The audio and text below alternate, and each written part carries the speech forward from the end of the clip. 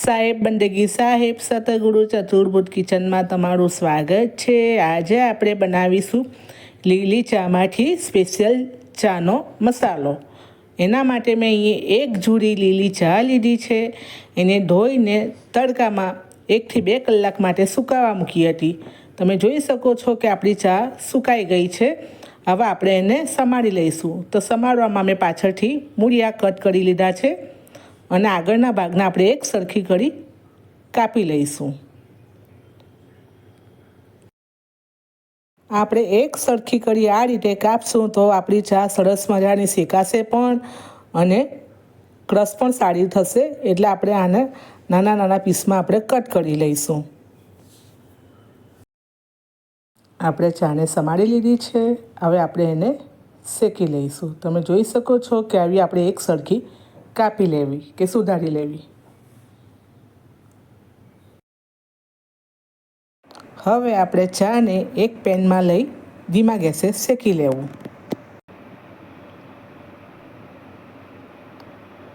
કે જેથી કરી સરસ મજાની આપણો ચાનો કલર પણ જળવાઈ રહી અને અંદરનું પાણી મોઈસર જે હોય તે પણ સુકાઈ જાય।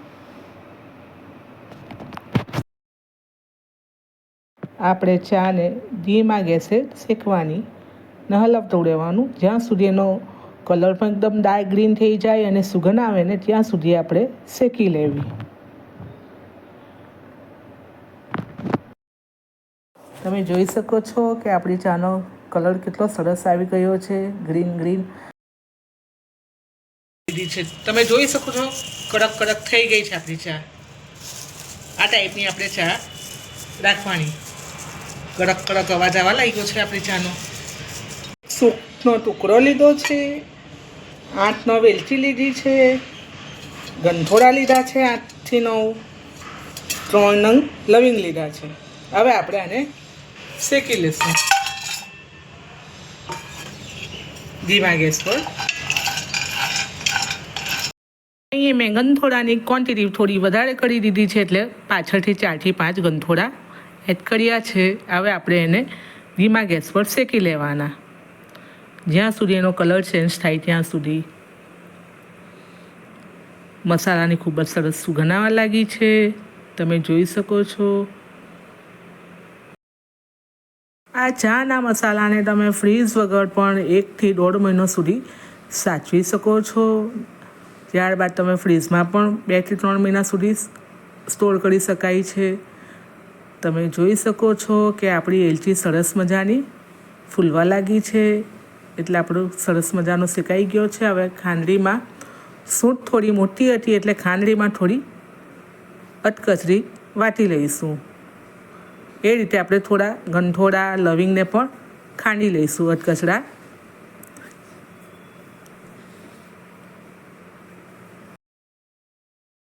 આ ચાનો મસાલો તમે એડ કરશો ચામાં તો તમારે બીજા કોઈ અન્ય આદું કે ઇલાયચી કે ફુદીનાની જરૂર ન પડશે।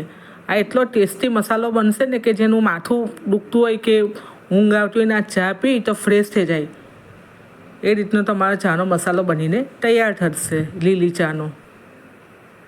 હવે તમે જોઈ શકો છો કે આપણું બધું અધકચરું ખાંડીને રેડી થઈ ગયું છે। હવે આપણે એને મિક્સર જારમાં લઈ લઈશું। શેકેલી ચા, સૂંઠ, ગંઠોડ આપણે અધકચરા વાટ્યા હતા બધું આપણે એક સરખું બાઉલમાં એડ કરી ક્રશ કરી લઈશું। સૂંઠને થોડી ખાંડી પાછી 2 મિનિટ માટે શેકી લીધી હતી એને પણ આપણે એડ કરી લઈશું। હવે આપણે એને ક્રશ કરી લઈશું। તમે જોઈ શકો છો કે આપણે ક્રશ કરેલો પાવડર કેવો સરસ મજાનો થઈ ગયો છે। તમે જોઈ શકો છો કે આપણો પાવડર બનીને તૈયાર છે। હવે આપણે એને ચાળી લઈશું। આ તમે જોઈ શકો છો ઢાંકણ પર કેવો સરસ મજાનો ઝીણો પાવડર છે। આપણે ચાળશું એટલે આવું થઈ જશે। તો હવે આપણે એને કાઢીને ચાળી લઈએ। જો તમે ચેનલ પર નવા હોય તો ચેનલને સબસ્ક્રાઈબ કરી દેજો જેના થકી સૌથી પહેલાં તમને વિડીયો મળે। તમે જોઈ શકો છો કે આપણે પાવડર બધો ચાળી લીધો છે ને આ ચાળણને પણ હું ફેંકતી નથી એને પણ યુઝ કરી લઈશ। તમે જોઈ શકો છો કે આપણો પાવડર સરસ મજાનો ફાઇન પાવડર બનીને તૈયાર છે. તમે જોઈ શકો છો કે આપણે 1 ચમચી પાવડર ચામાં એડ કરી આપણે ચા રેડી કરી લઈશું, બનાવી લઈશું.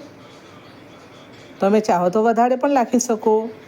જેટલી ચાની ક્વોન્ટિટી હોય એટલો આપણે પાવડર એડ કરવાનો ને ચાને ઉકાળી લેવાનું. તમે ચા ચોક્કસથી ટ્રાય કરજો અને મને કોમેન્ટ બોક્સમાં જરૂરથી જણાવજો કે તમારો ચાનો મસાલો કેવો થયો છે. જો તમને આજની મારી રેસીપી ગમી હોય તો શેર કરજો, લાઈક કરજો અને સબસ્ક્રાઈબ કરવાનું ભૂલશો નહીં.